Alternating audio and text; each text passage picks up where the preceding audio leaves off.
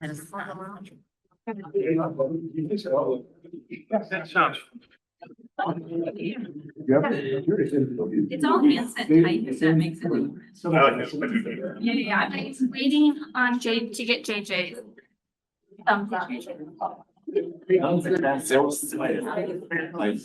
more step. One more step.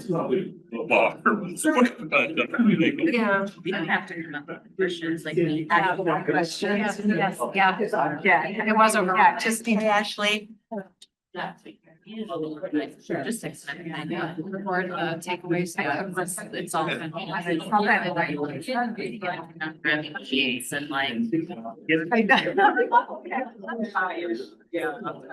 So after our first year.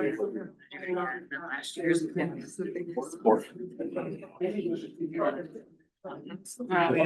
saw this year. Stuff you hadn't thought about. No, you can take all this. Yes, you can start. Yep. Thank you. I know, randomly. Meetings of the Johnson County Board of Supervisors are open to the public and are generally live streamed. To join electronically, please visit bit.ly/JOCO meeting. Written comments may be submitted to soups@johnsoncountyiowa.gov.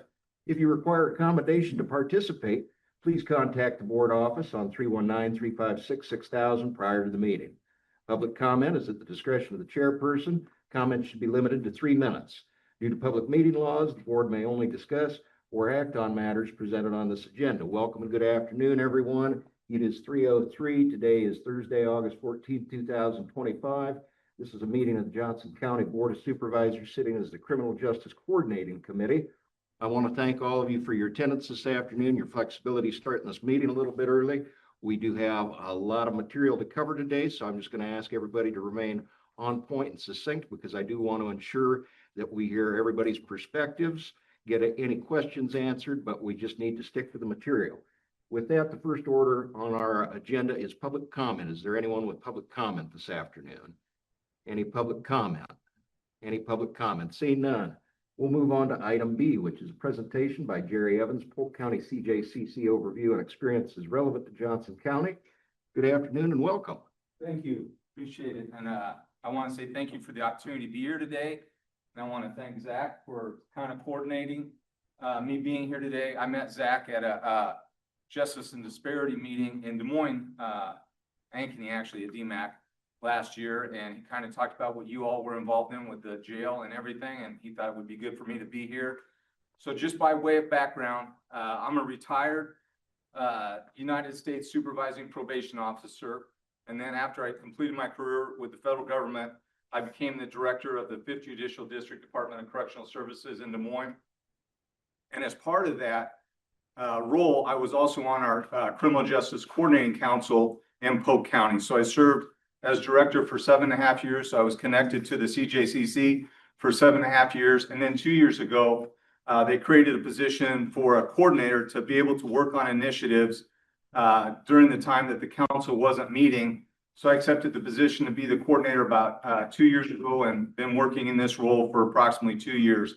The relevance that I think that we can bring from Polk County to your group is that we formed our CJCC in 2007 at the time that the new jail was getting ready to be opened. The citizens had passed a bond referendum to build a new jail at its new site. And the leaders in Polk County got together and formed a CJCC because they didn't want the new jail to just be built and then be filled up later down the road. Solve one problem and then you get another problem later down the road. So they wanted to bring a group of stakeholders together to try to figure out what should we be doing different, better to try to make sure that we don't end up filling up jail with people that don't really necessarily need to be in the jail.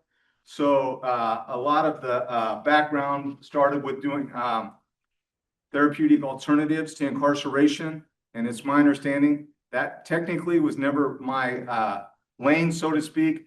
But in talking to the people in Polk County, they said Johnson County and specifically Iowa City has been a leader in therapeutic alternatives to incarceration. So it's mobile crisis units, it's mobile health care, crisis care centers. So that's kind of where we started with our CJCC, working with the mentally ill, and they call them the high utilizers, and identifying who they are, so that if they did show up at the jail, there was a caseworker assigned to them, so they didn't really stay in jail very long. Again, the thought process would be to try to limit the number of jail bed days that people who didn't really need to be in the jail were serving. So that's something that I'm sure that has been a part of your conversations as you get ready to talk about potentially a new jail. And then I also wanted to kind of focus on some of the other things that we are currently working on to also keep our population in our jail down. Our jail has remained static since 2014 in terms of the population. I think in large part it's to the work of the CJCC.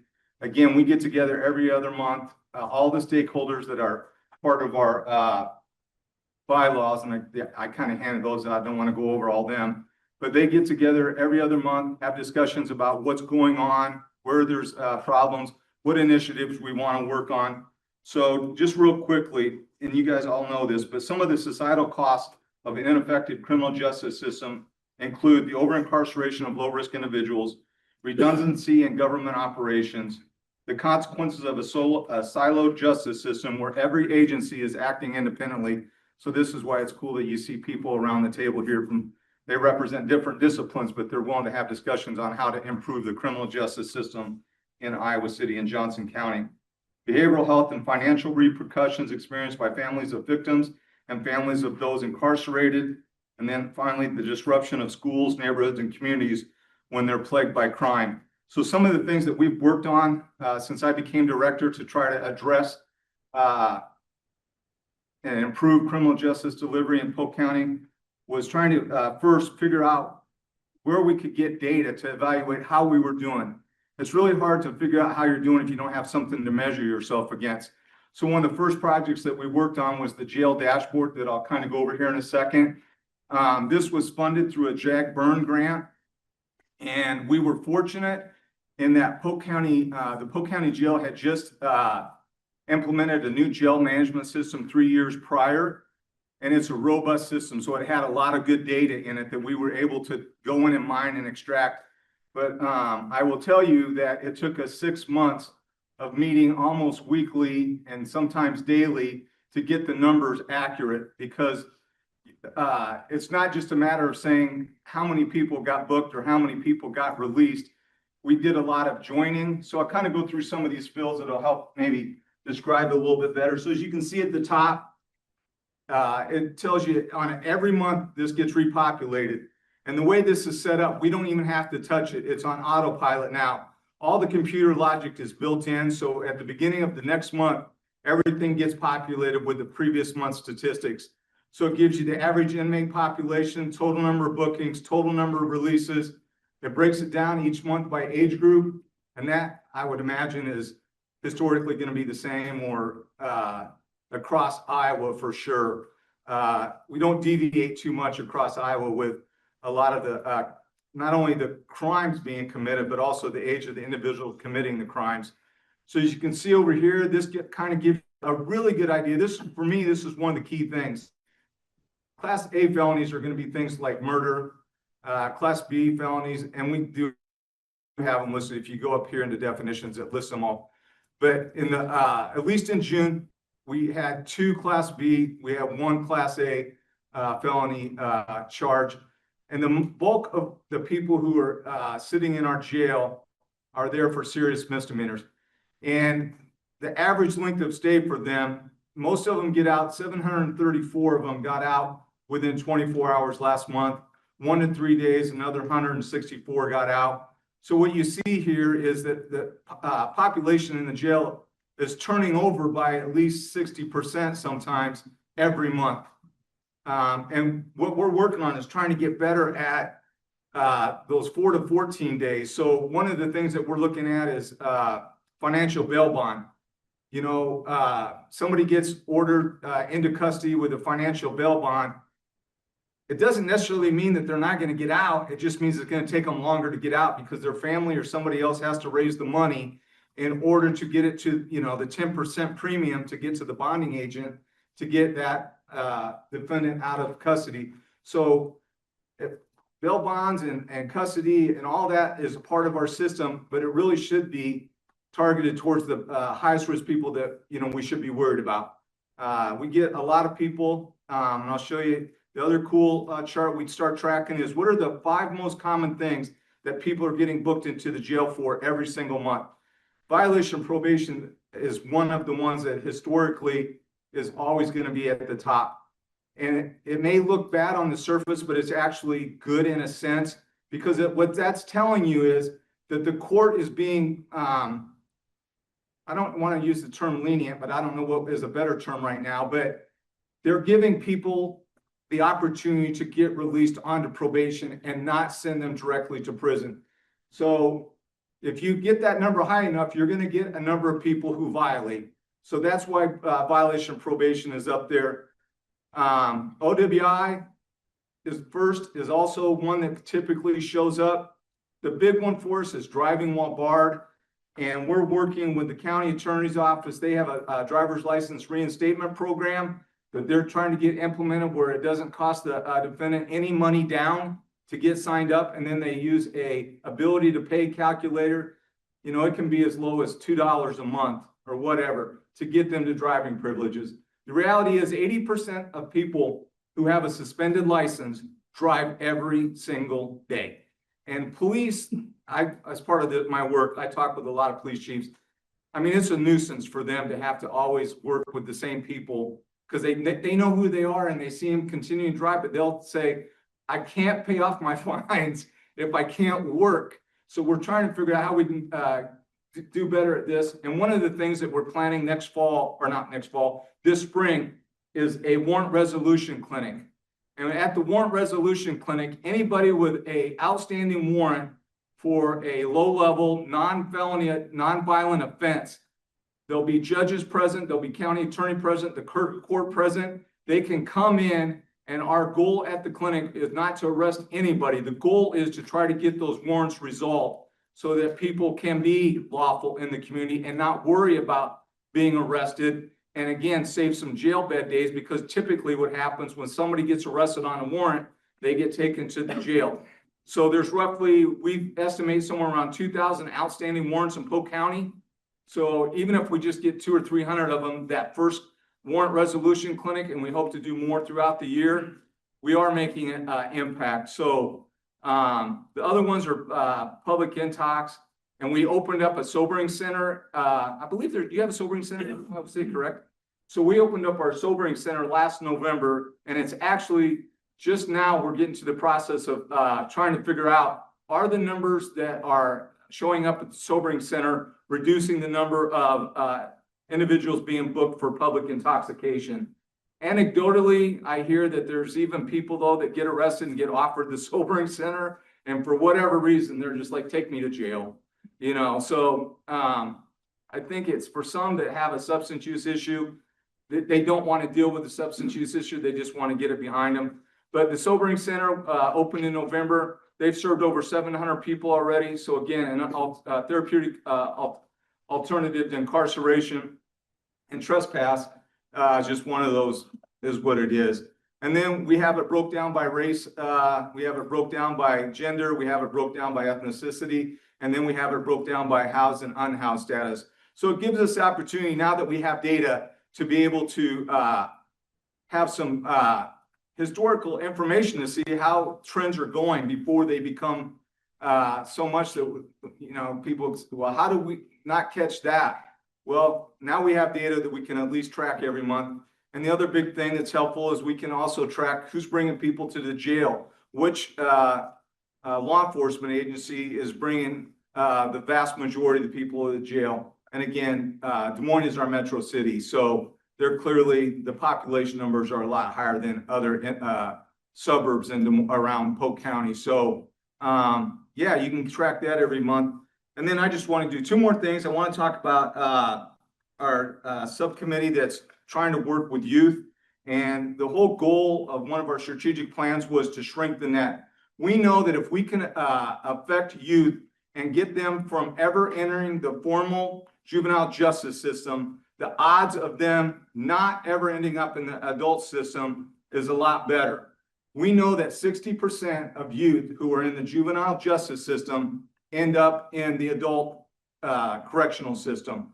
So we started a program in Altoona with Southeast Polk School Districts and the Altoona City Council, nonprofit St. Vincent de Paul, Caring Hands. It's a collaboration with the police department, the school district, our nonprofits, and our goal is to, when they have youth in the community that law enforcement encounters, rather than charge them with something, divert them to this program. There will not be charges over their head. They're just going to dismiss the charges, say, here's what I think you need. I think you need to participate in this program. It'll help enlighten you and hopefully it'll help you. And then we also will do what we're calling roundups 2 nights a week at a local church where we'll feed kids dinner. We'll invite them in.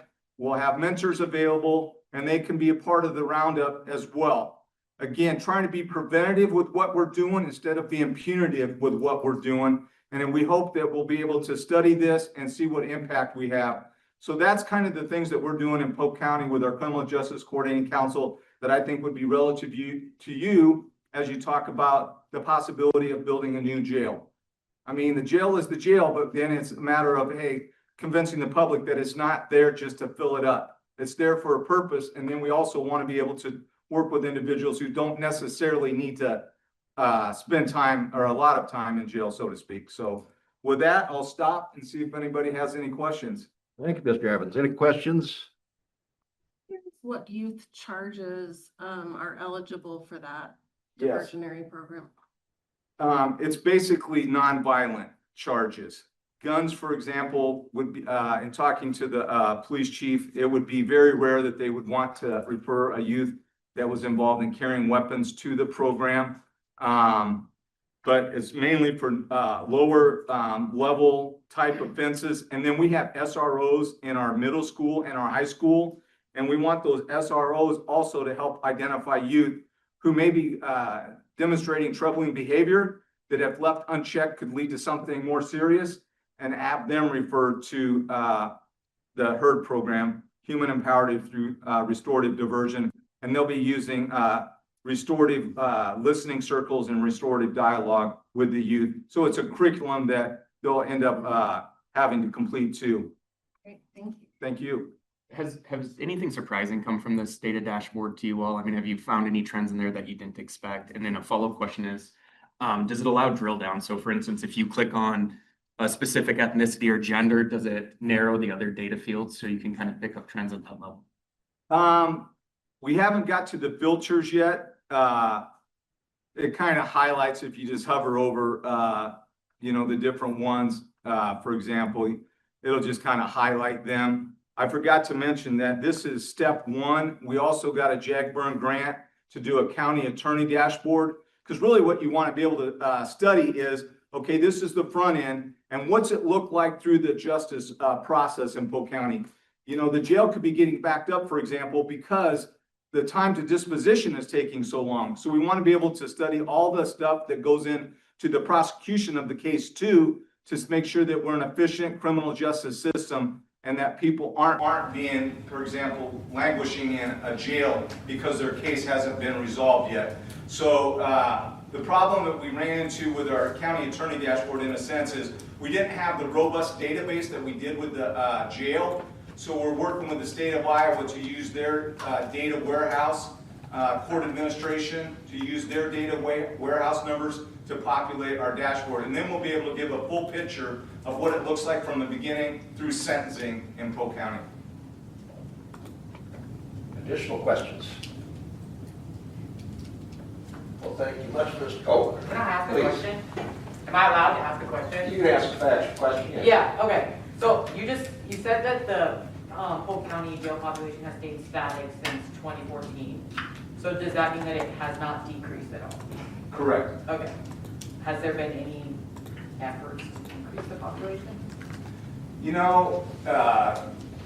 I could answer that in one of 2 different ways, because while the jail population hasn't increased, the population overall around Polk County and the suburbs has increased. So in a sense, there has been a decrease in the per percentage population that are going into the jail. So it hasn't technically, and again, it ebb and flows. Like this number here, we're showing the summer months, and Sheriff, you know, it changes when you get to November, December, January.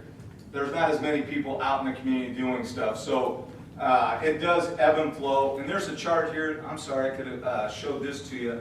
Historical trends also.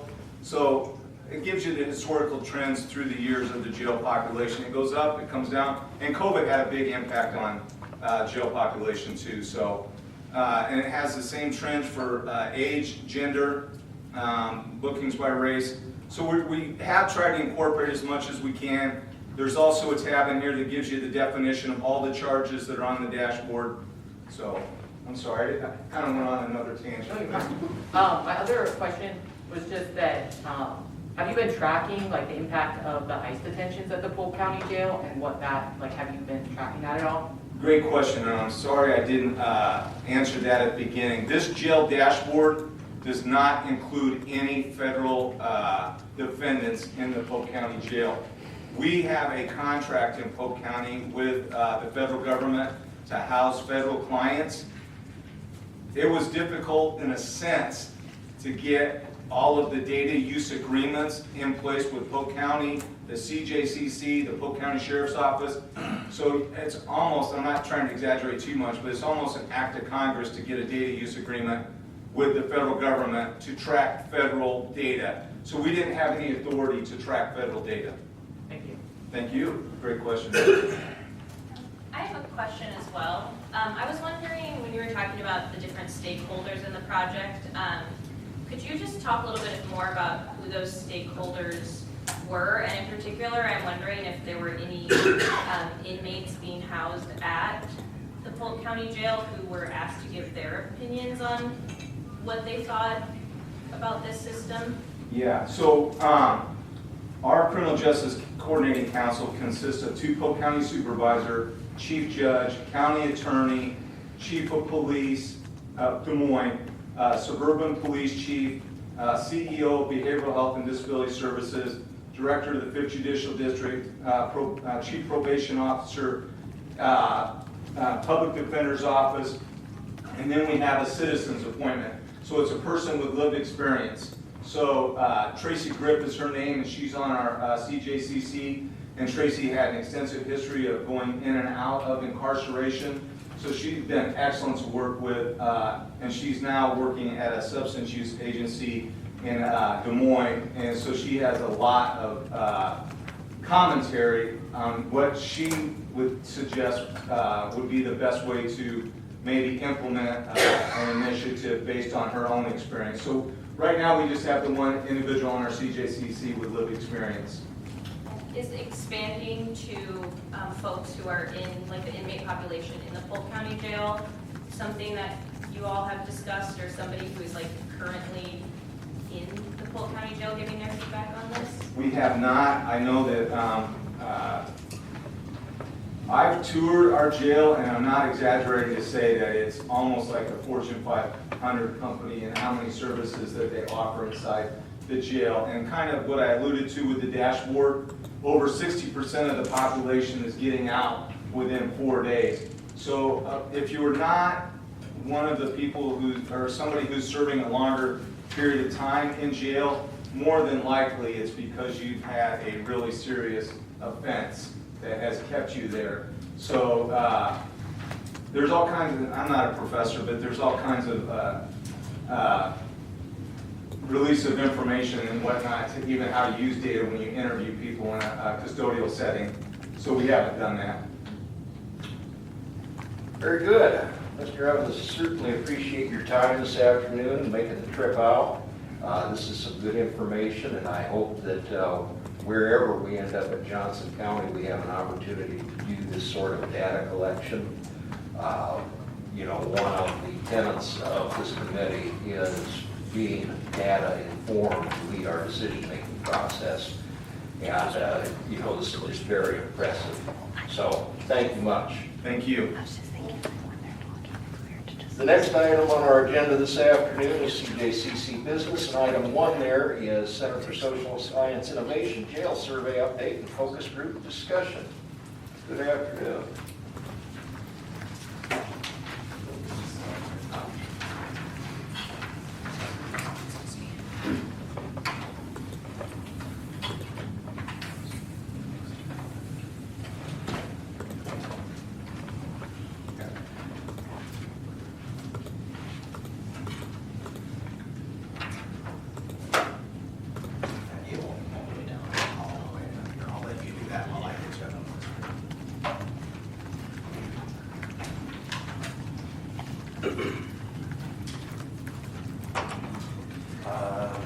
Would you make sure that the program is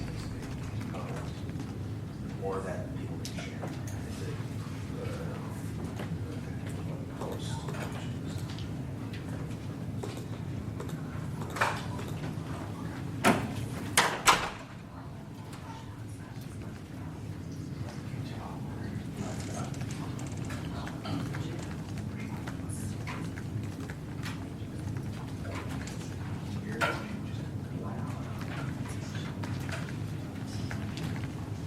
Control L is full screen.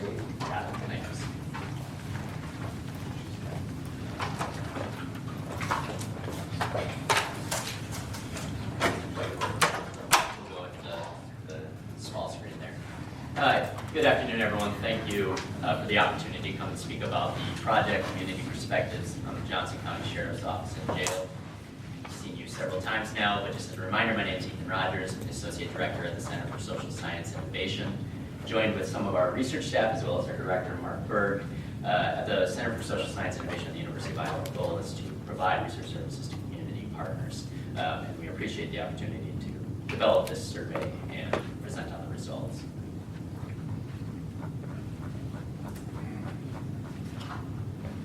So as you all know, this is just one component of the broader project. This is the survey of a sample of Johnson County residents about their perspectives here on the Sheriff's Office and Jail. I want to quickly acknowledge and thank the CJCC subcommittee that took the lead on developing the survey instrument. It assisted our team in making sure that we were asking the questions that you wanted us to ask.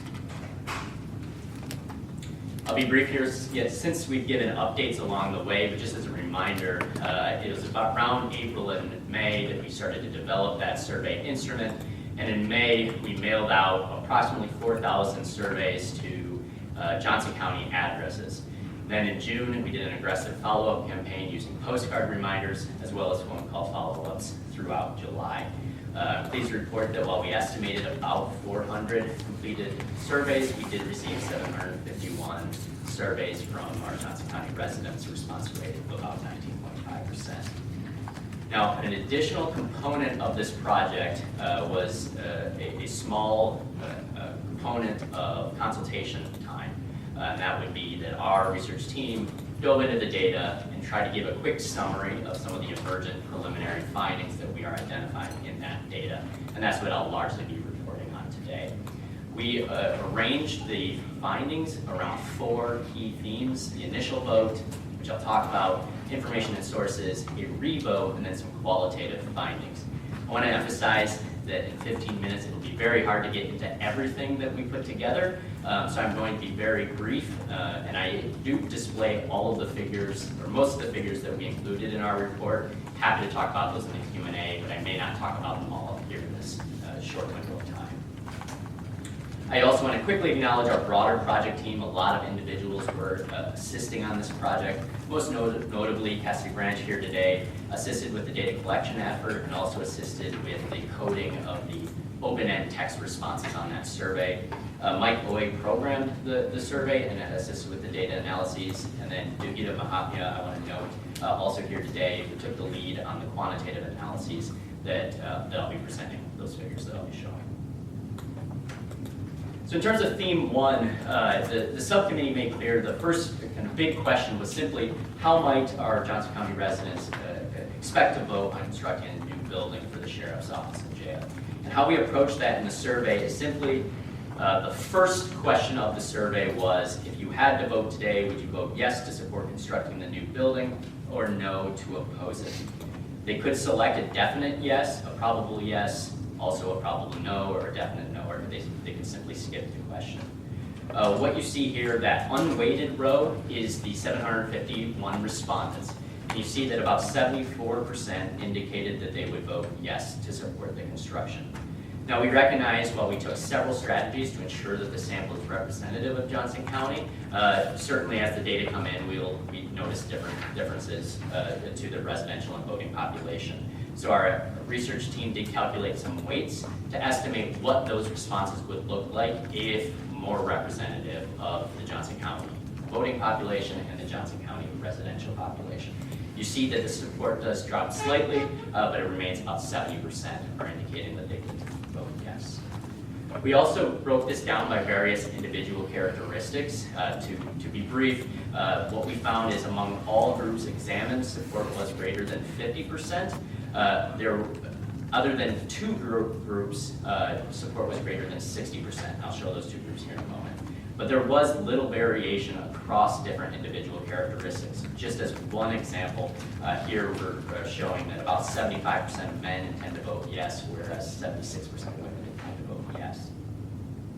Here are some of the differences. We do find differences across age group. So that 18 to 29-year-old group is around 53% support. Similar story when we look at political affiliation, as well as individuals who reported being a victim of a violent crime, which I can talk more about in the Q&A. Moving into theme 2 are some questions about where are you getting your information, what information do you have about the Sheriff's Office and jail, and does that vary across these initial voting intentions? So first off, what we tend to find is the individuals who were definite about their votes, both the definite yes and the definite no voters, tend to be more informed about this issue. In some situations, it's the definite yes voters that are even more aware. As just one example, this figure on your right here, this was a question in the survey, simply, are you aware of the board's intention to develop a plan for constructing a new jail? 85% of those definite yes voters were aware, whereas 57% of the definite no voters were aware, and then on down. Another approach to glean the level of information was asking 4 more fact-based questions about the Sheriff's Office and jail, and for each respondent, we calculated their number of correct responses. We show here on the right figure, again, same story, that it tends to be that your definite yes voters and your definite no voters tend to be more knowledgeable about the Johnson County Sheriff's Office and jail. And then finally, developed in the subcommittee was 6 issues identified by the board regarding the Sheriff's Office and jail, and we asked simply, were you aware of this issue? On a kind of a big picture scale on the left there, what you'll see is about 60% of your respondents were aware that due to overcrowding, the county currently pays to jail inmates outside the county, all the way down to about 37% were aware that the jail does not meet accessibility guidelines of the ADA. Looking across voting intentions, same story, your definite voters tend to be more aware. In terms of where the information is coming from, top 3 across all voters were local news outlets, social media, and word of mouth. We did do some additional analyses that indicated that definite yes voters tended to be more likely to get their information from more formal sources, such as local news outlets, law enforcement agencies, local elected officials, and the Johnson County website, whereas your definite no voters tended to be more likely to get their information from word of mouth and community or neighborhood newsletters or listservs. Moving into theme 3 is the revote. After introducing these issues, we then asked the respondents of the survey to say, now knowing about these conditions, how will you vote? And this next figure shows you how those initial voters moved in terms of their revote. On the left here is the distribution of the initial vote, and then on the right is how they moved during their revote. So this big block of blue here is the individuals who initially said that they would definitely vote yes, and then how they moved. Across this figure, you'll see stability. However, you do see some individuals move in different directions. For example, this group of probably yes votes moves into a definite yes. In fact, about 18% of your respondents provided a more favorable vote for the construction, meaning they moved closer to a definite yes. And additionally, 5% of your respondents actually changed their vote from a no to a yes after being informed about these conditions. I want to highlight that the rest of the project will, or the presentation will kind of dive into trying to glean a better understanding of those individuals who moved their votes from no to yes relative to the stable yes voters and the stable no voters. So for example, here in this figure, some of it is cut off here. Go down here. The blue, it represents your stable yes voters, the red, stable no, and then the gold there is the move from no to yes. And this figure, the big takeaway is somewhat unequivocally that the individuals who vote no but then change their vote to yes were relatively uninformed or unaware about this issue more broadly. So as just one example, 13% of those voters were not aware of this plan compared to about 60% of both your stable yes and your stable no voters. We asked questions about general perceptions about public safety, the justice system, and the importance of jail conditions. I'll be brief here. I just want to highlight that the individuals who moved from no to yes tended to be more similar to your stable no votes in terms of their views of the justice system, but they were more similar to the stable yes votes when it came to questions about the value of maintaining jail conditions. Each of those 6 issues that we asked your respondents about, we also asked how concerning are these issues. You'll see across the board the stable yes voters and the individuals who move from no to yes tend to put greater concern on all of these issues relative to stable no voters. In particular, the 2 that jump out are the 2 in this bottom right here are the conditions of the jail being unsafe for staff and the conditions of the jail being unsafe for inmates. That theme emerges in the qualitative findings, which I'll note here in a moment. Respondents were also asked the importance of specific factors related to the construction of the new building. Here you do see some more differences across your voting groups. Specifically, the stable yes voters tend to put an importance on all of these, but prioritize at the top are size and capacity, as well as at the very top staffing needs being the most important to them. Among your definite no voters, the most important factor highlighted is the cost of the construction project, far and above all other issues. And then your move to no yet to yes voters do still prioritize and find the cost important, but also are considering other components. One that again jumps out is the greatest importance on space for services and programs relative to the other voting groups. Final question that I'll review here is respondents were asked whether or not they support exploring a joint law enforcement building with the Iowa City Police Department. And here you see the variation across these voting groups. Stable yes voters, 80% say yes, they do support that. 16% are unsure, with 4% saying no. Whereas your stable no votes are about mixed or split across all 3 options. And your move from no to yes, 56% are yes to explore this. A third are unsure, and about 10% say no.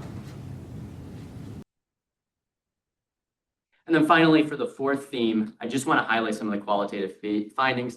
I want to confess right now, qualitative findings are the hardest to summarize in a report and then even harder to summarize in a presentation. So I will just try to highlight some of the common themes that came out of those open text responses, but I encourage you, those are all in the appendix of this report, to read through those. There's a lot of information in there that I hope will help you inform your decisions. In terms of how we coded these, we had several research staff members go through every single one of these responses. Mind you, there were 751 respondents, each responding to 3 questions. So you can do the math, and there was a lot of reading through and coding of these entries. How we approach that is, as we read through, we would identify specific themes and code those responses, and then our analysts identified the most common themes. And that's what I'm going to highlight. In terms of the question, how do Johnson County residents explain their vote? Among the stable yes voters, the common themes were about conditions for staff and conditions for inmates. As you can see in that example there, just an example of down below, it says our law enforcement staff deserves to be safe and comfortable. Our coder would have noted conditions for staff as a theme. In terms of the stable no votes, there were two common themes, sometimes together and but not always. And that was generally discussions of money in terms of cost or increased taxes. And then another common theme was more conversations about overcriminalization or the use of incarceration. This example here kind of shows you a blend of those. That is an emphasis on spending money on community programs rather than investing in a jail. And then finally, your no to yes voters also prioritize the conditions for inmates and conditions for staff. This person reflects a kind of an initial concerns about overcriminalization and then a shift. You see, voted probably yes because incarceration is not the best option and building a larger space means more incarceration. But I support inmate safety and well-being, and Johnson County Jail is not in the best shape. Two additional questions. One was about what additional information do you need to make your decision? Across the board here, cost. Cost was the most common theme for all types of voters, but then within that, there was variation across. The stable yes voters were curious about the location or the joint space with ICPD. Your stable no voters also emphasizing overcriminalization. And then those individuals who moved from no to yes also were very curious about how the jail would be utilized for services or for expanding services and programs. It's just an example. Proposed budgets, what new programming is expected in these designs. And then the last question was, what's most important for the Board of Supervisors to consider? Again, across our voting groups, was cost, while there were other common themes emerging regarding staff conditions for staff and inmates, overcriminalization. With that, I just want to note our next steps. As you may be familiar, we are going to be diving into focus groups here already starting Monday with our subcommittee. Our original intent, and we'll discuss this through the subcommittee meeting, is we will moderate 3 90-minute focus groups. In that committee discussion, we'll think through the focus group plan, asking questions, especially thinking about the survey results, what you want to know more about, and then diving into that in a little bit more detail. We'll also think through which types of focus groups we want, whether we want to compartmentalize them by their voting block or other characteristics, and we'll talk through that with the subcommittee. So I've taken plenty of your time, and I would like to open for questions. Yeah, Rhett. Ethan, could you talk just a little bit? I know statistics is something that is not a strong point for me, probably for some other folks in the room. So can you talk about, it sounds like approximately 400 responses would have been a statistically significant response, but you got 751. So how much faith basically do you have in this data? So it's hard to speak to that precisely, but I will say at the beginning, DHEDA calculated what would be the appropriate number of responses to have a relatively reasonable estimate of what the Johnson County residents are, how they are feeling. Okay, and that number was 400. That was 400. So we exceeded At a that. 95% confidence level is where we set it at. 95. Yeah. Cool. Thanks. Thank you. As well. When you were considering like that statistical, okay, statistics are also not my strong suit, so let me think about how to phrase this. When you were considering what response rate would be needed to be considered statistically significant, was there any sort of additional weight or I guess calculations or consideration given to put into it based on like what groups were most likely to respond? You know, like the fact that like, I'm probably overgeneralizing, but like working families might not have as much time to respond to a survey by mail, and they might look less favorably upon building a new jail versus like affluent white families who have time to respond to the mail because they only have one parent working or something like that. I'm wondering how that factored into the statistical significance conversation. Yeah, that's a good question. And I'll, Dohita, if you have anything to add as well, but in terms of calculating for that, our best approach to that is doing the random sample of addresses and sending it and then doing the aggressive follow-up, because you're absolutely right, especially that initial response. But we certainly can't account for all of that, and there would certainly be a bias in the data. And I think what I should also note, in one of the first slides that Ethan showed was the unweighted and then weighted, and it was based on full population and voting population, and all of those weights were calculated based on what is the current representation of families and individuals And so what we ran all of the analyses weighted and unweighted to make sure that there weren't too many discrepancies or any discrepancies, and we found similar patterns across both. So I think to your question, yes, you considered, how the sample may deviate a little bit from the population, but that's where the weighted analyses helped to correct. Additional questions? Discussion from the committee. Zach? Just curious, like what are the focus groups gonna be like themed, and I guess are there gonna be people with lived experience and about those? Yeah, so that'll be led by the subcommittee discussion. So we would table that for Monday, because we want to be responsive to what the subcommittee and the broader committee would want. Committee members.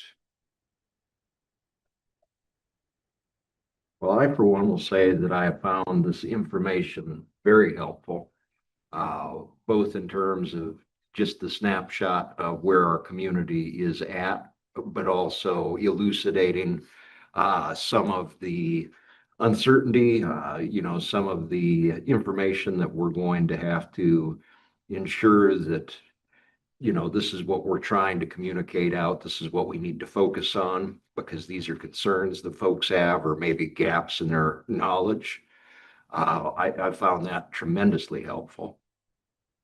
Yeah, I think one of the big desires we had from this was to also look at where do we need to fill the gaps on the knowledge. And I think a couple of the big things are cost on both sides of the spectrum, but also I think most of us at the table are well aware of what we are doing as individuals or together in the world of jail diversion and the effort. And I think we take for granted how much we do, because there's still a lot of people in the public that aren't aware. And so I think that's all work we also need to be doing to highlighting what everybody's doing individually, what we do together. And then, even the presentation from Polk County, one of my takeaways was the warrant resolution clinic. I think something like, the other opportunities we still have to keep working on jail diversion as we move forward with this project. So I'm very happy with the opportunities it showed for improvement. Morgan on Zoom. Hi, I don't think I raised my hand timely enough to discuss just a point I wanted to make. So the 751 responders to the mail-in survey, that is in a county with an estimated population of 160,080 people.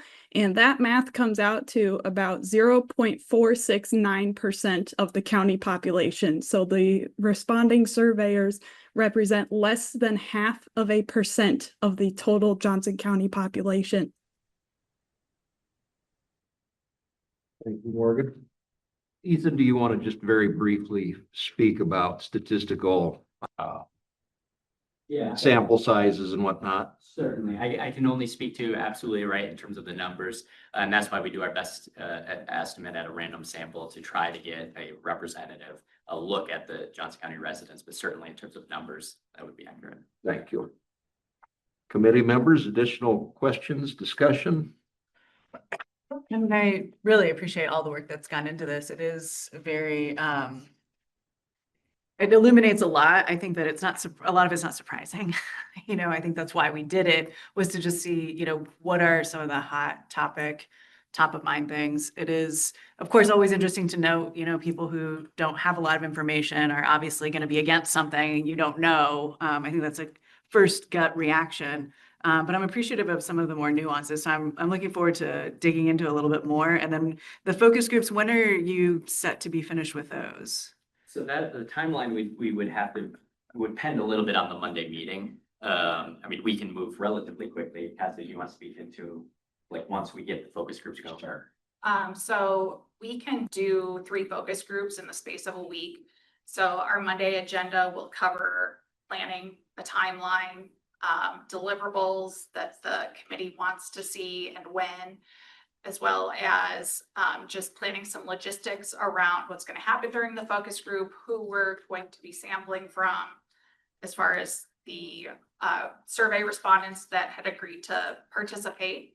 And then we'll also be planning the focus group moderator guide. And how many, do you know how many responded that they would be interested from the survey? 89 people off the top of my head. So we have a good sample. Yeah, that's great. Mr. Chair, I just wanted to double down on thanking these people, and I also think it's, we've used, they've changed their name, so I gotta read it. The Center for Social Science and Innovation, more than once. And I think we've had great results, and I think we're very lucky to have this group as a part of the university and part of our community, because this is high-level work that not everybody can do. And so we're very lucky to have them. Thank you. I think that's a good segue. If you could just very briefly, I know you touched that the subcommittee is going to meet Monday on focus groups, but if you could just give us a 30 to 60-second presentation about what your next engagements with this committee are going to be, because this has been presented as a draft report. Is there going to be additional analysis, that sort of thing, please?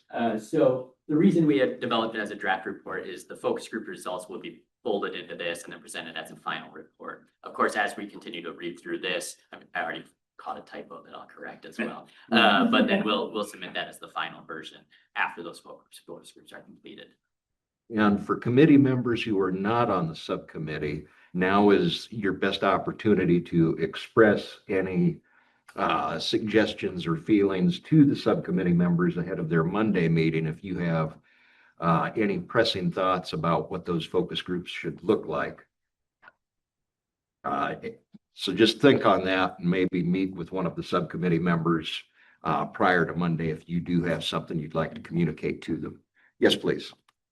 I just had a quick question, a clarifying question about, you were talking about, like, Clara mentioned, just different populations of people that might not be represented. I'm just curious, like, what thought was had about involving homeless people or people that are unhoused, since this was a mail-in survey, and they are criminalized quite often, so. Yeah, so unfortunately with this strategy, because it was residential based addresses, that would have been a population not incorporated. Okay, thank you. Any additional questions or discussion for the CSSI folks? Very good. Thank you so much. This is very helpful. We look forward to our continued engagement together. The next item on our CJCC business this afternoon is a presentation on a joint facility study from Shive Hattery. Good afternoon and welcome. I think the presentation you have is going to be pulled up for the room. Hopefully.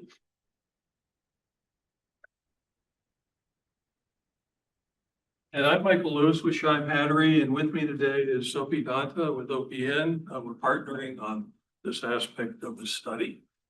So Sophie, thank you for being here.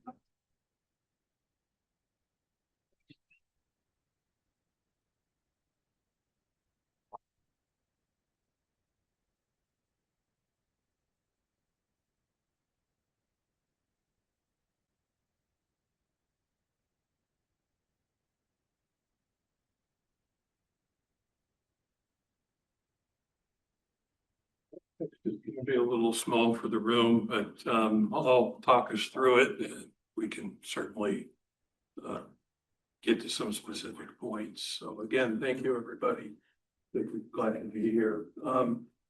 As a little overview, we started probably right around the first of the year. The exact time frame escapes me a little bit, but we met with the city, the chief, the city officials, to start down the road of doing a joint law enforcement analysis to make a determination of the feasibility of bringing the city police department and the sheriff's law enforcement component together in some way or some fashion. We had, I think, 4, maybe 5 meetings to work through that exercise. And the conclusion of that exercise is a programmatic level was one of the items that in blue on the screen. There's roughly 16,000 square feet of savings compared to separate facilities. The city had, with the OPN's work and effort, a study done about the type of square footage and space the police department would need. And the county had Shive Hattery's exploration with the county about the law enforcement space the sheriff's department would need. And so those two components standalone were 93,000 square feet of space standalone. That was the starting point. In looking through the programs, having the constructive conversations about what can be shared space, how can you integrate to the largest degree possible and look at both training, investigations, patrol division, evidentiary processes, all of those various components. That's what came out of it was the 16,000 square foot of savings. So on that screen, there's a number listed there of 77,000 square feet of space. That's the net result. The net result was from 93 to 77,000. We then started to go down a process, and we'll get to a slide in a moment, of some site analysis, a process of doing some site due diligence on the Riverside Highway 6 Transportation Department site. And the analysis was to determine whether or not that would be a viable site. I'm pleased today to announce that we did make a favorable determination in that analysis, and therefore that leads us to present some information about that today. But it had to start with the program understanding. What is it we're working with? What is it that we're trying to then go and evaluate a site around? There's some other statistical information in here to just highlight on this page. There's square footages listed in the right-hand column that basically talks about what was the starting point in terms of each component. In the columns that are listed there, this is a summary sheet. You'll ultimately get a detail of all the individual rooms and spaces. For today's purpose, just a summary. But the total number of rooms, the square footage in the rooms, and so forth.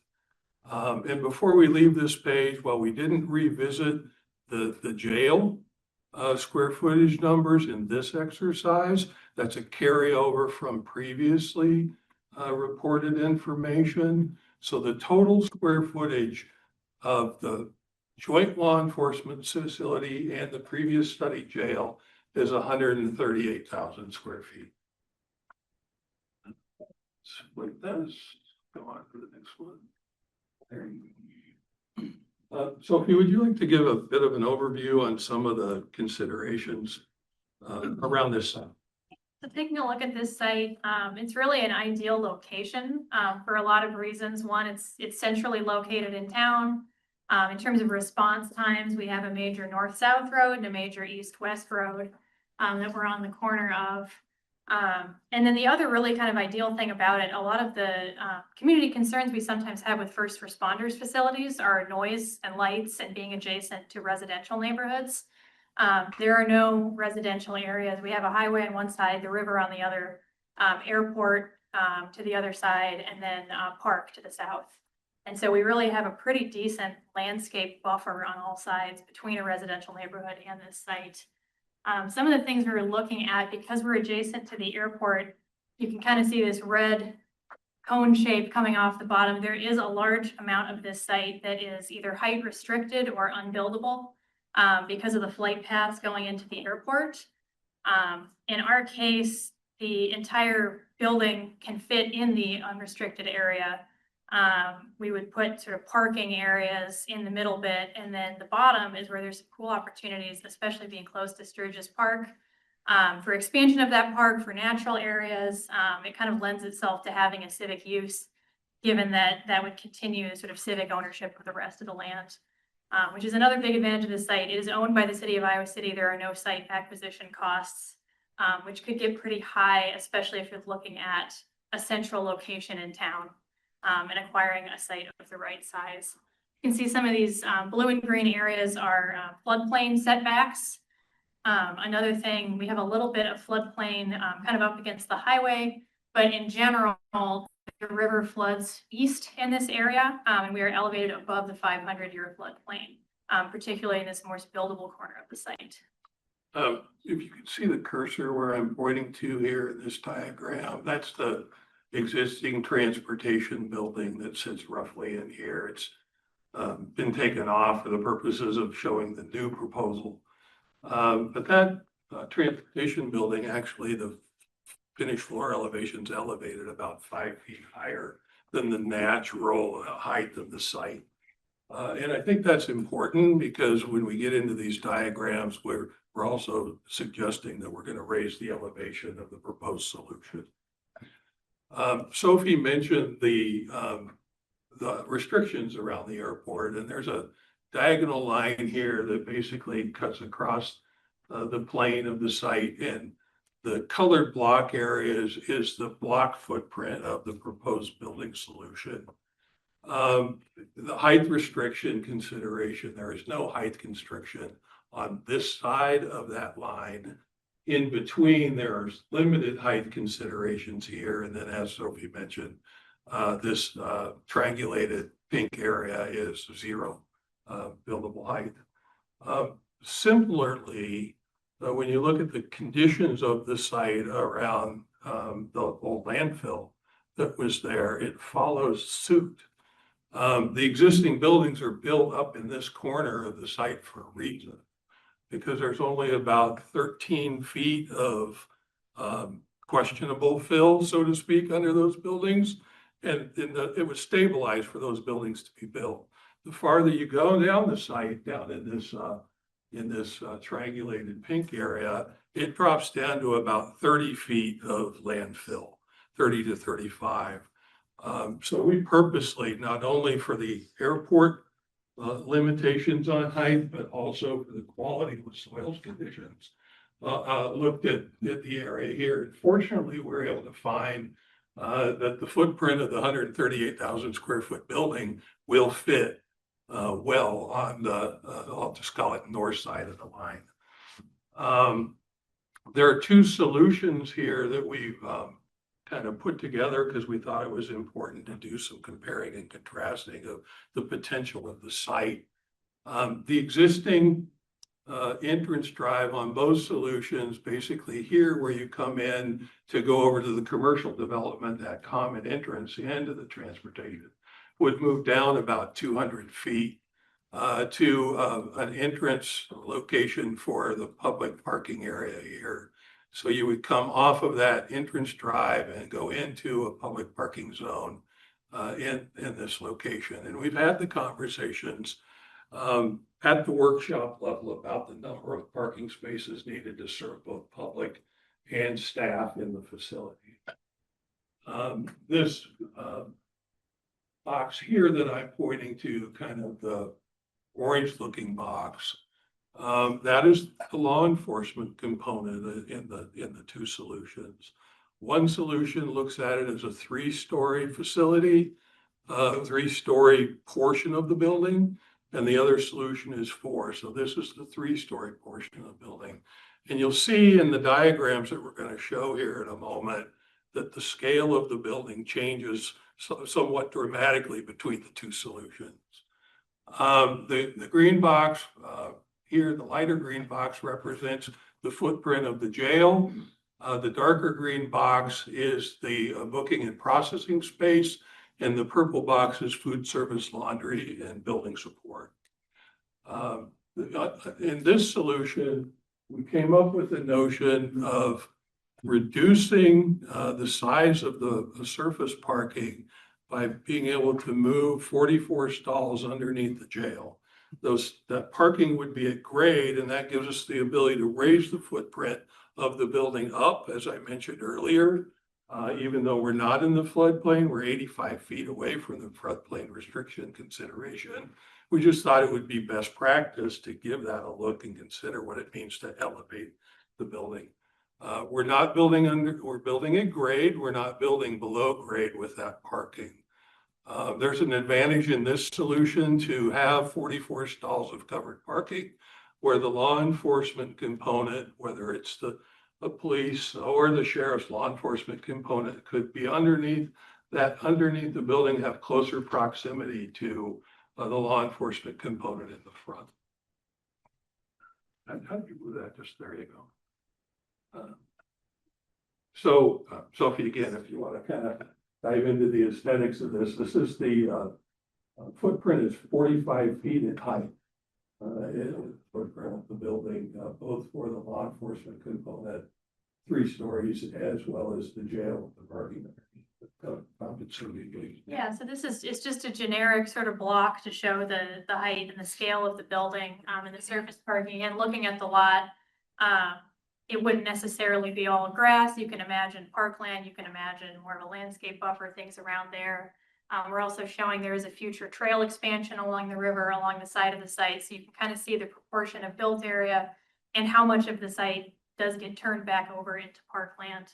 And then looking at heights, this is sort of a 3-story all the way around. It's a simpler massing, and it reduces the surface parking amount as well, of impervious surface on the site. The last thing I want to point out, when you look at the fence around it, sometimes when you think jail and you think fence, you think tall chain link, not attractive, kind of foreboding. This is not what we're proposing. The fence is really, he's more decorative, could incorporate public art. This is not so much your standard, jail chain link fence. It's more of a privacy buffer to keep people who are, say, biking on the trail, going in the park, from coming closer to those secure areas. In the lower corner, slide it down before you leave. There you go. In the lower corner of this page is a table that shows a cost estimate there. Actually, really small. So, I'll just share some of the parameters here. We continue to see the cost for the law enforcement component of the project around $612 a square foot. In this scenario, and the jail is 800. We had those parameters previously in the analysis of this site, the site development cost considerations. We've been able to hold to those same parameters that we had with the county.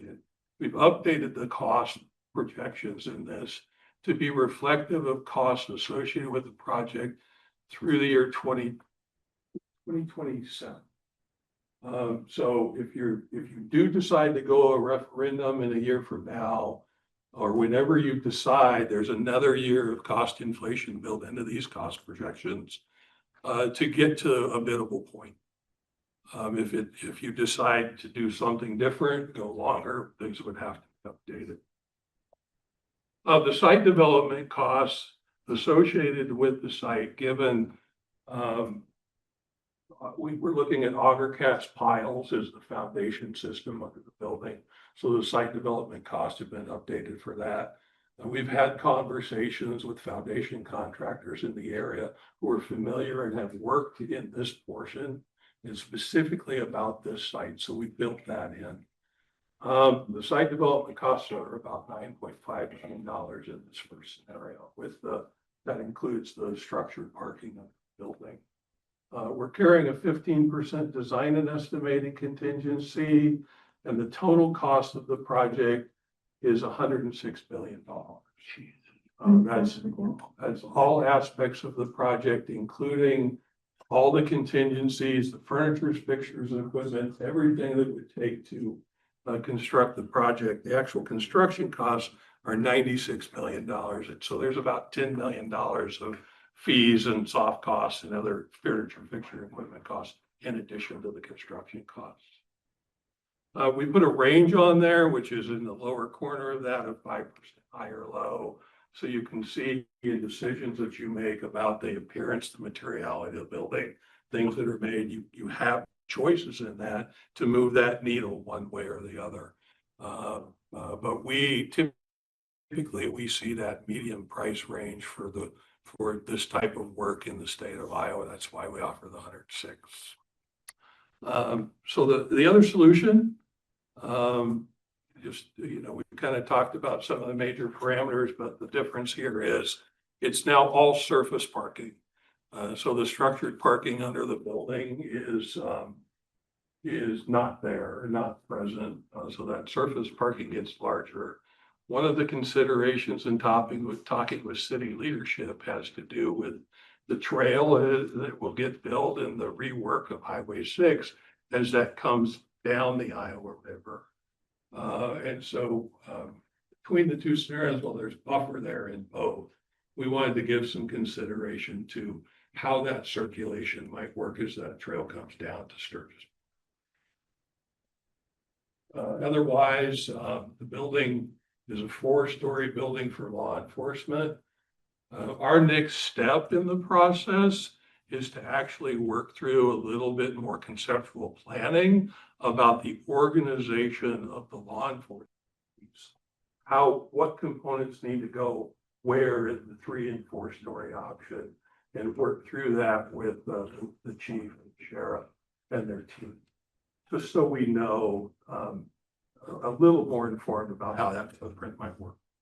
So, and again, this cost, with it being surface parking, the difference in this cost is, this is a $104,500,000. So it's $1.5 million difference between the two scenarios, at the present time. So, I think I'll gladly open it up for questions.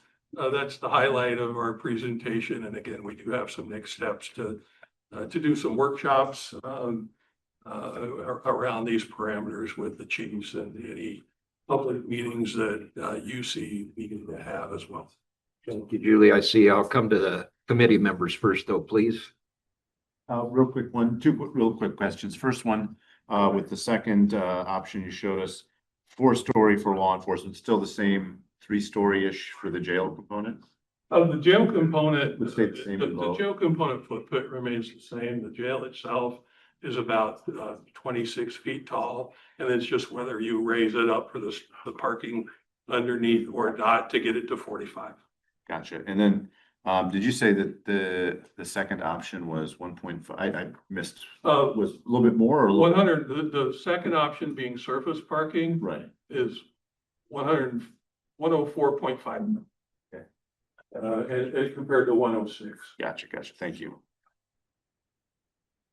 You mentioned that it's this building would be surrounded by floodplain, if I understood correctly, and I'm just wondering if there is a big flood, would the building then be an island, and what would the implications be for either one of the structures? So the blue line that you see on the screen, that darker blue line, this purple is the Iowa River, and the darker blue line is the 100-year floodplain map superimposed over the drawing. The 500-year floodplain map is in the same plane as the 100-year as it relates to this property. Actually, Riverside Drive in the 500-year floodplain stays open. So as Sophie indicated, the water basically pushes further east and south. This did not flood at all in 2008.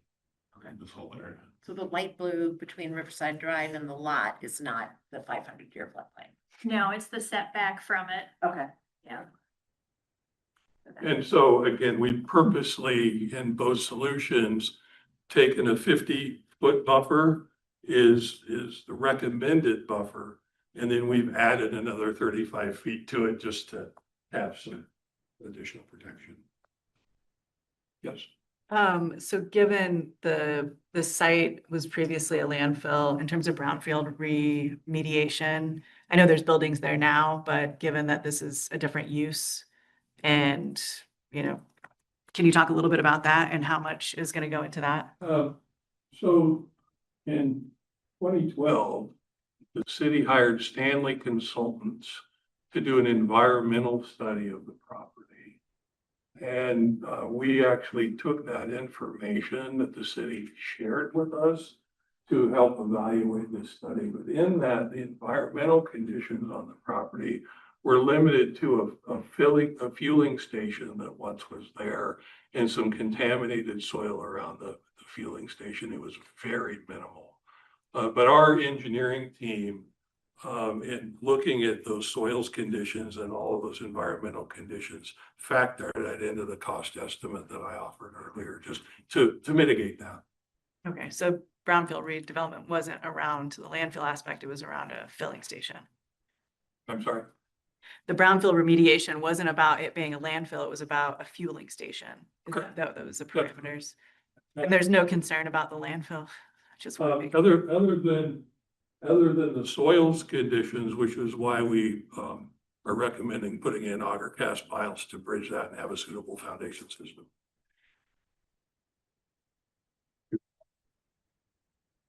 Hi, I'm Julie Persons, County Auditor.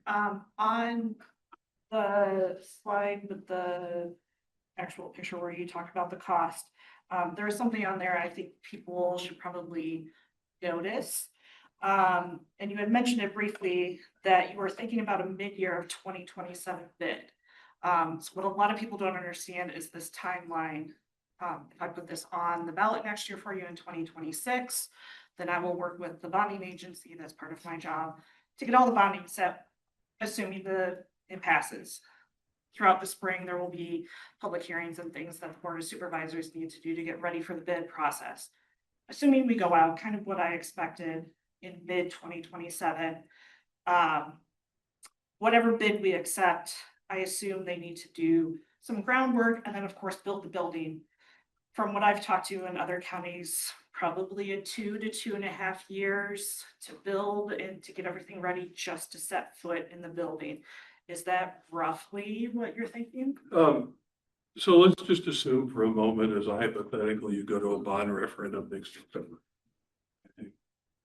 There's around 9 months of design to design the building and have it ready to go out to bid.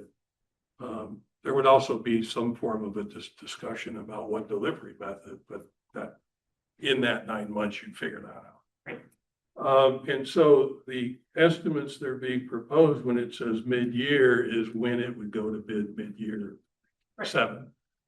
Construction for a project of this size will typically be between 21 and 24 months. Okay.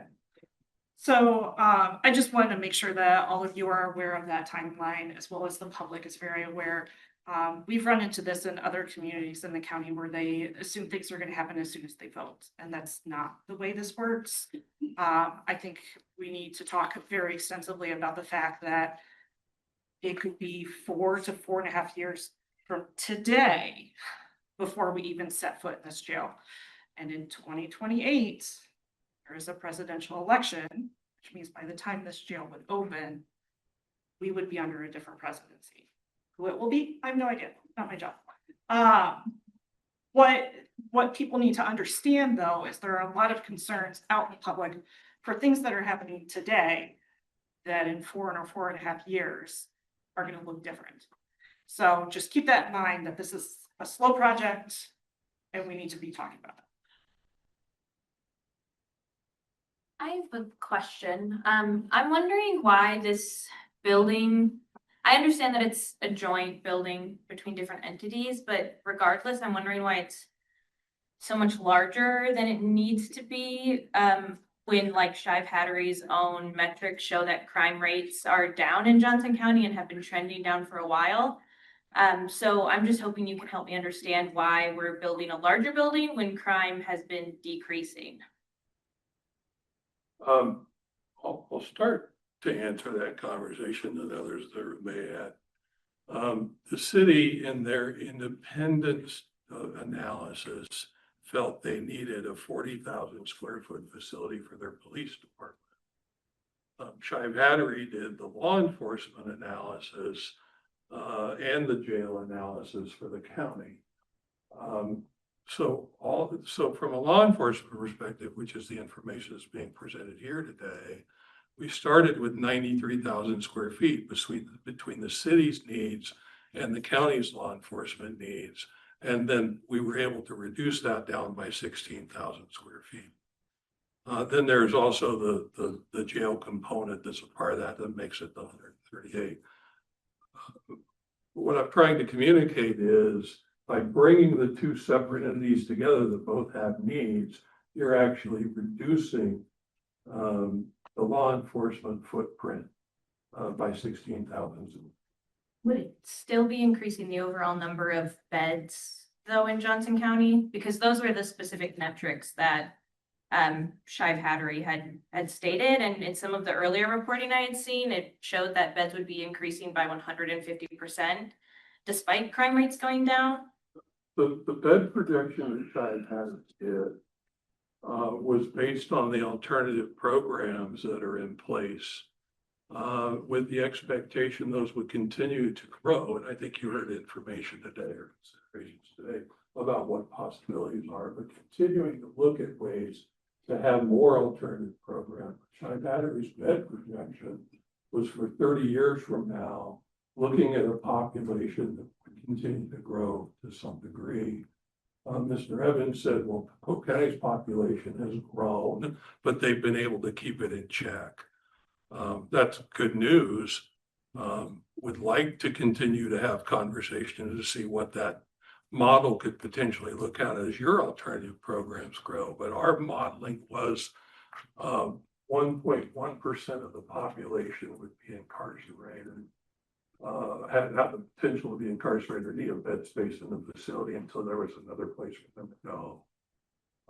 I happen to be familiar with Polk County when Polk County was done. Their incarceration rate model was 1.7% of the population when that facility was open. So they, at the time, when they looked out their 30 years, they were 1.7%. And they've been able to keep that in check. They had a smaller facility and needed to build something that was more suitable to meet the jail standards. In my view, that's similar of what's going on here. You have 85 so beds currently. Well, we have 92 beds on paper. 92 beds on paper. Your average daily population is today. In custody, in the building today is about 86. 86, in a facility that's only able to accommodate 65. Yeah. I'm sorry. Because it's not just the people in this building, it's also the people that are out in other counties. That 86 in custody means how many are in physical custody within a building. We keep about 65 in this building. That's our operational capacity. The rest of those are housed out of county. And then also added to that number would be all the people who are, somehow in custody in some other alternative, people out serving as sentence on electronic monitor, people on pretrial GPS release. If we have somebody at IMCC for competency at the hospital, when you add that number together, a lot of times that number can be over 100, all the other people who are somehow, some way still either in custody or, through the courts tethered to the jail somehow. Why I'm asking is Chi Battery's modeling is not modeling the 65 to 140. It's modeling that total number to the 140. Right. And I think an important distinction to remember about Polk County is, as Mr. Evans mentioned, they house federal inmates. To do that, they have to make space. And so they bring federal inmates in, house them because they can charge, I don't know, probably $140 a day, I'm guessing somewhere in there, to make room for those individuals. Then they ship out of county. And so what I find myself doing is I compete, if you will, for out of county beds. So Henry County is a perfect example. We'll try and house, we can call Henry County this afternoon and say, hey, can you take 3 more? They might say, no, we're full of Polk County. So Polk County also gobbles up available beds across the state. So it's important to remember when talking about Polk County, how they house inmates compared to the struggles we're facing here. We don't house federal inmates. I have no interest in housing federal inmates. And the 140 beds is not to fill it up on day one. It's to put you in a program to look at what's 30 years from now and construct for that 30-year need, not the day one need. Exactly. I want to point out one other thing, if I might. Yes. One of the advantages of having more beds than you actually plan to use is that you are able to do separation to help keep different populations of the people that are housed in the jail. Unfortunately, I'm a mental health advocate. I don't want people in the jail, but the reality is we don't have enough hospital beds in our state, right? And so if they are there, I want the people who are there able to be safe within those spaces. Having some additional space, both for the jail and for all the other activities they plan to do in terms of adding services that are possible to help get them treatment while they're there and other things. Having more space is a safety issue. I guess my question then, and I want to make sure, Sheriff Kunkel, that I'm getting these numbers right, is that it sounds like there are 94 beds in the Johnson, or did you say 94? 92 92. And how many of those are operational? we keep our operational capacity at 65. And is that due to the like substandard conditions of like physical conditions of the building that those other 30 beds aren't considered operational? So think of it this way. If you drew a line at the whiteboard and then took 8 of you and you guys had to sleep in that same area for the next 6 months, at some point there's going to be a problem. So one of the ways we control fights, disputes at the jail is by not packing 8 people into a cell block that was designed in 1981 for 4. Yeah, I guess my question there though is that, so it does sound like perhaps we need more space, but not necessarily that we need more beds. So also think of it this way, if all the 86 in custody, if I brought everybody back from all those other jails we house inmates, and now I have 4 open beds in the jail, and then Saturday morning, there's 20 people for initial appearances, and 8 of them are held on bond, I'm back over my capacity already. So when we think about the jail beds, how we need, we also have to think about what is peak population, because we hit times pre-initial appearance, we might have 120 in our total custody. And there's the one-off things that I've seen in my career where we've had, I've seen entire, like 5 people out of the same vehicle come to jail, and they spend 6 months in there for a massive fraud ring. I have to think about when people are traveling through the county and shoot each other as they're happen to be coming through on the interstate. I mean, we have to think about all of the things that can affect the jail out of nowhere. I guess, and then why if we know we have beds that aren't being used, which suggests that perhaps we do need more space. I'm still failing to understand why we're so determined that we need more beds when crime rates have been going down.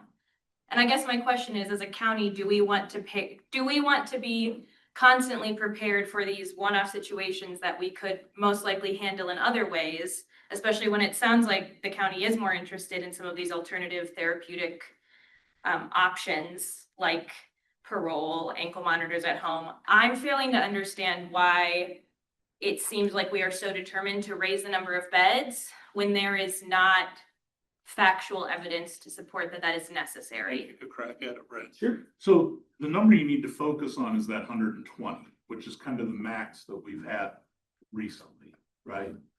And if we only cap it at that, and then in theory, you lay off your transport drivers because we don't need them anymore, right? Because we can house everybody.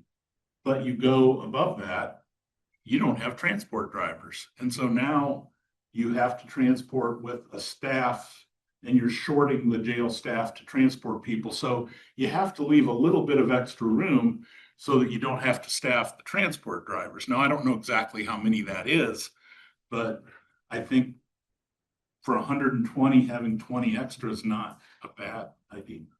I know there's limited time, so I guess this is the last question I'll ask, which is just, and perhaps it's rhetorical, but why are we, in my understanding, I'm wondering why we are seemingly ignoring the fact that crime is going down and not up.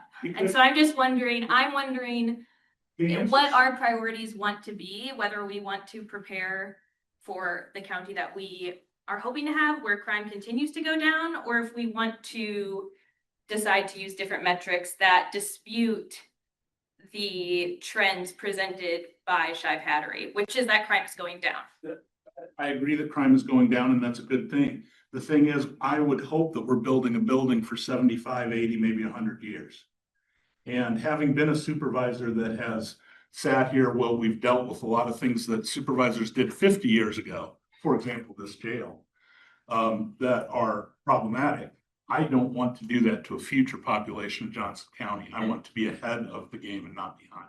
And that was something that I wanted to address with you, Michael. You keep talking about 30 years, but that is your projection for utilization. That is not your estimation of the life cycle of this facility? Well, the life cycle of the facility is longer.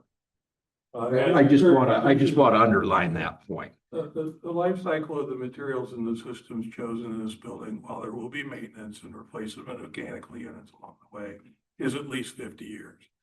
But we only forecasted and projected the bed need for 30. Because statistically, when you go beyond that, it gets really hard to come to that number. Thank you for that, Councilman. Yeah, just jumping back, just for clarification for any public, it's kind of new to this, maybe in chiming in.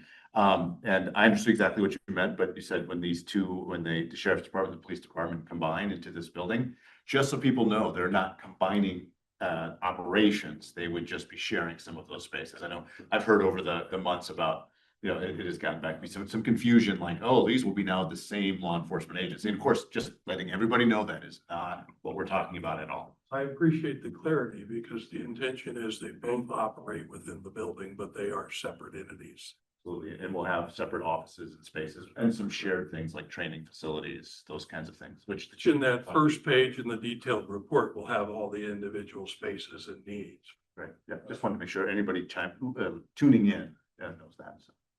But if I may comment there just briefly, there are things like investigative rooms where we had conversation with both entities while they're separate entities of the building. How many investigative can you work through a scenario where how you're going to utilize those investigative rooms, therefore you're not duplicating things like that. Interviews, you mean investigative? Investigative rooms, yeah. I just had a question because I missed the last meeting, but there was a presentation a few meetings ago about the number of beds. And then I went back and looked. So is the number of beds 140? Or there was something in the report that was much larger than that. So I guess I'm just I just want clarification because I'm a little confused on I don't know, because I've seen two different numbers. I don't. So is it 140 beds is the recommended number. Okay. Just from a practicality standpoint, we can in the drawing an area for an addition to get built. If you ever chose to do it, just from a planning perspective to accommodate flexibility, but it's 140. On this, looking at this polygon that you have up, it would be, any expansion would be in kind of that almost trapezoid right before the building. So this area here is, the building is set back in a manner where you could put an addition onto the building. So your calculation for the population is a 30-year calculation. You think this facility has a lifespan of minimum of 5 decades with adequate maintenance. Correct. In 3 decades, if we get to a position where we do need additional space, that's where that space could come in. At least we're putting a site footprint in place to allow you that choice someday if you do. If we were to proceed, I don't think that any of us would want to repeat the mistakes of, 45, 50 years ago, building a landlocked position. Julie. That's part of why I stood up, is we need to talk about the fiscal responsibility. Building this building, expecting 30 years worth of growth with the opportunity, maybe it could go up to 50. That is fiscally responsible. If we build a jail that is the exact same size that we have today, we're gonna be back in this spot in 10 years. In 10 years, most of us are still gonna be here. In 30 years, most of us are still gonna be here. I don't want my tax money to be wasted. I would rather spend the money today while it's cheaper, because in 10 years or in 20 years and 30 years, it could be $500,000 to get a new jail. Like, we are just saddling ourselves. People keep talking about future generation. It's us. 30 years, a lot of us are still alive, which means you are taxing your future self by not being fiscally responsible today. And that's why we need to think about what is the right size. Spend money today, because it's never going to be cheaper than it is right now versus in the future. And Michael, I'd like, perhaps this is a question for the chief and the sheriff. But the size discussion is not only the bed count, but it's the rest of the campus. And perhaps the three of you could briefly discuss why this is a much larger facility, even if you remove the bed count from the discussion. Because two of the big things are adding training room components and then things like wellness spaces and evidence storage. So right now, all of our evidence storage is offsite. Our digital forensics unit is offsite. Training, we either travel across town, CRPD, like you name it, we have to travel over training. So this would also allow us to bring in-house training, and not only for local law enforcement, but we could even be a training center and host other trainings here for law enforcement. Wellness, staff wellness is really important. Right now, we don't have any sort of like fitness area for the staff. So we look to incorporate that into this. Also adequate locker rooms. And then right now, I think both of us have pigeonholed and shoehorned staff into storage rooms, evidence or paper storage vaults like we used to have, just to accommodate the needs that we have now. And those things will continue to grow in the future. So we have to have space as we add personnel, as we add whatever we don't know we're going to need to in the future. So we have to have enough space to grow into going forward. Could you also please address space for the incarcerated folks? So yeah, so in the housing unit, in the initial discussion we had last year about this, we had one large programming classroom, and then an office, and then after some other discussions about how we could actually structure the central control room, I think we can add a second even classroom in there for programming. So we could, one of the things we heard a lot on our tours was, sheriff saying, I wish I had more room for some of these programs. Because you also have to think about the other separation and classification across the jail. You have to think about that when you're doing programming. You have to keep males and females separate. You have to think about keeping co-defendants separate. All the other things we think about when how we classify and house inmates. We have to think about those things when we're thinking about programming as well. We would need even smaller individual rooms for one-on-one counseling or interactions with providers. So trying to incorporate those into the building is really important. And what was the square footage number in the jail, the cost? 800,000. Okay. So I mean, think about that. Then when you think about the cost, if we want to add another 10 by 10 room for one-on-one counseling, add $800 per square foot. So that informs then the cost going forward. But compared to now what we have in the jail, we have none of those opportunities. Our one kind of multi-purpose room is it's a courtroom. We use it for court and depositions if we need to. Having adequate space for pick your religious service, pick your provider, pick medical interventions, whatever it may be, we could incorporate that into this new space. Chief, anything to add? I'll just echo what the sheriff said. Our council took a tour of our facility about 1.5 years ago when OPN started their space needs project, and we literally have people in broom closets. I know Brad was mentioning that, but our victim services works out of a broom closet. So we have no extra space. The Iowa City Police Department as a whole hasn't really expanded staff in quite some time. But even if we want to bring a couple civilians on, we're always talking about our mental health liaison positions. We have nowhere to put them. It's like a Harry Potter situation in the cupboard under the stairs type of deal. So I think what was surprising to me, and OPN showed us, when you look at similar size communities and their police departments, they're 3 or 4 times larger than our current facility. And something like Waukee, obviously we get a growing community, but their police department is massive compared to ours, and their police department isn't. Their actual staffing is not. So, and I think we just owe it to, hopefully not a lot of people come into the police department, but we owe it to our staff to give them good working conditions. For some of you who've been in my office, I'm shocked when I come outside and it snowed because I'm probably 5 walls away from a window. And that's fine. My office is fine. But for the rest of my staff, I'd like them to work in livable and workable conditions.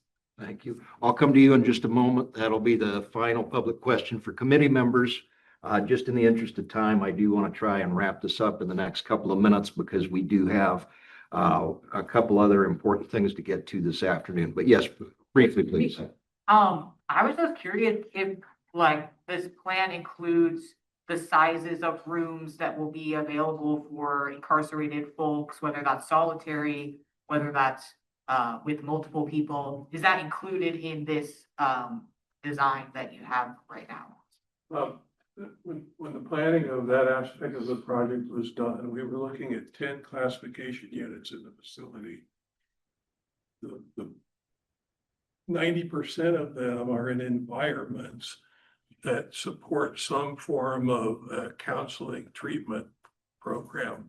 There's a handful of beds in here. I'm thinking 16, maybe 24. I can't remember exactly. It's in that neighborhood of single cells because a person who ends up in that cell needs to be kept separate. But it's only somewhere around 20 single cells. Otherwise, it's a very supportive environment. And I How think, big is that room? like, right, feet? yes, and that is in the code. Okay. And that is one of the deficiencies of the current facility. What is the square footage that you have per unit? The Iowa jail standard is 70 square feet for a single cell. For current standards, Correct. we are under the standards of 1981. And do you know what that square footage is? It's on my computer. But I don't know off the top of my head. Yeah, we're not compliant with modern standards. It's not compliant, correct. What is that size in comparison to an office for a sheriff? The minimum dimension on that 70 square foot current standard, it has to be 7 feet wide minimum. And so 7 by 10.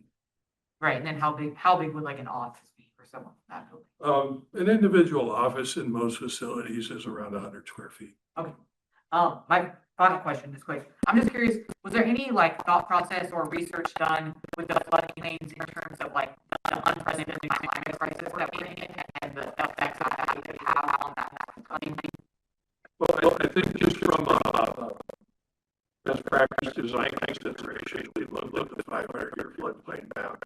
The current condition, if you are of the belief that we're warming, and we are, and there'll continue to be those kinds of issues. It's why we're saying raise the building up. It's why we're saying set it further back. We find the site to be viable, but we also want to put in most appropriate practices so that you don't have an issue. And I would also note that just last Thursday, we received the updated FEMA flood maps that will become effective in December. And so I'm sure that those will be incorporated into any additional planning. Because yeah, none of us want to. For improvement over whatever that is. Thank you, everyone in the public. I'd like to turn it back to the committee briefly.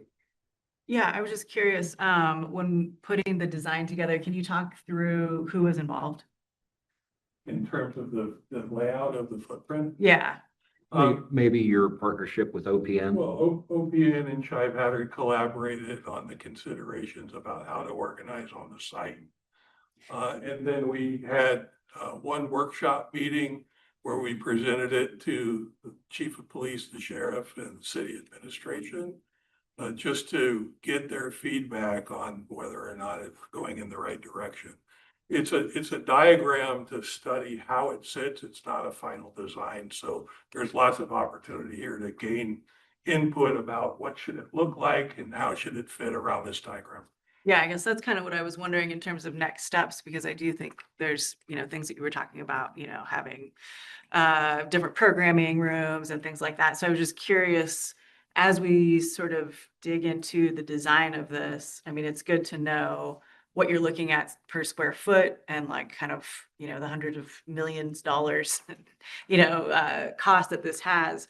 But as we're kind of digging through this, what is the process do you all like think? Because I know there's bed numbers that we still need to discuss. There's, programmatic spaces. There's things that we've seen in other counties, like having court space within the jail. Like there's certain aspects of that, but I'm just wondering when we're going to have that discussion and with who. That is a good segue into the next item on our agenda, which is public safety facility timeline discussion and possible updates. I think the answer to most of those questions, is dependent upon whether we're going to work in partnership with the city of Iowa City. So the one deliverable I'd like to take from this meeting this afternoon is a consensus from this committee of support to the Board of Supervisors to, in the next week or so, to consider a resolution setting out the broad contours of what we've been discussing here over the past, not quite year, with a formal invitation to the council saying, do you want to proceed on a joint project with something roughly this scope that we've just received, with the understanding that an affirmative answer means that this committee will give up some degree of final authority because we would have to work in partnership with the city. And then, of course, if the city were to say no, that raises a host of other questions that we would need to address quickly.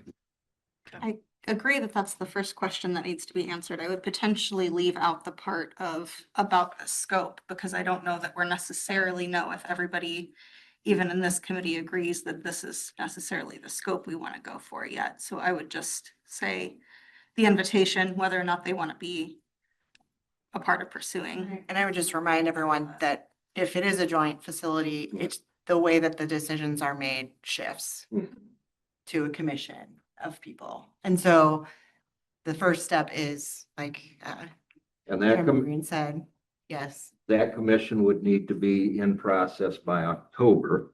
So that's one time constraint. And as a reminder, the joint law enforcement authority. Yeah, I think that's what it's Law called. Yeah. enforcement authority is a 3-member board, one appointed by the Board of Supervisors, one appointed by the City Council, and the third member by consensus of those two groups. If there is no consensus, the good governor gets to make that appointment. So question about that. So Polk County did this through a CCJC and you guys, or CJCC, and you're saying we cannot do that if there's a partnership between the county and Iowa City that. No, it just means that if we do work with the city of Iowa City, we will have to come to consensus with them. Even though the jail will remain the sheriff's purview and this group's purview, but the shared office space, the parking, the site location, we will have to have consensus with the city on those questions. Additional discussion. We're almost out of time this afternoon, but I'd like to thank everyone. I think we've had excellent input. The presentations have been very helpful.